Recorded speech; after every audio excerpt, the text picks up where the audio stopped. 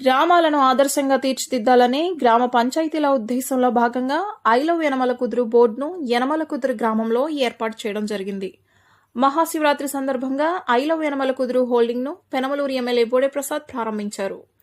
ఎన్నో వందల ఏళ్ల చరిత్రతో యనమల కుదురులో వెలసిన శివయ్య సాక్షిగా ఎన్ని కష్టాలనైనా ఎదుర్కొని రాబోయే తరాలకు అండగా నిలబడతామని సాంఘీభావం వ్యక్తం చేయడానికి ఐ లవ్ యనమల కుదురు బోర్డు ఒక వేదికగా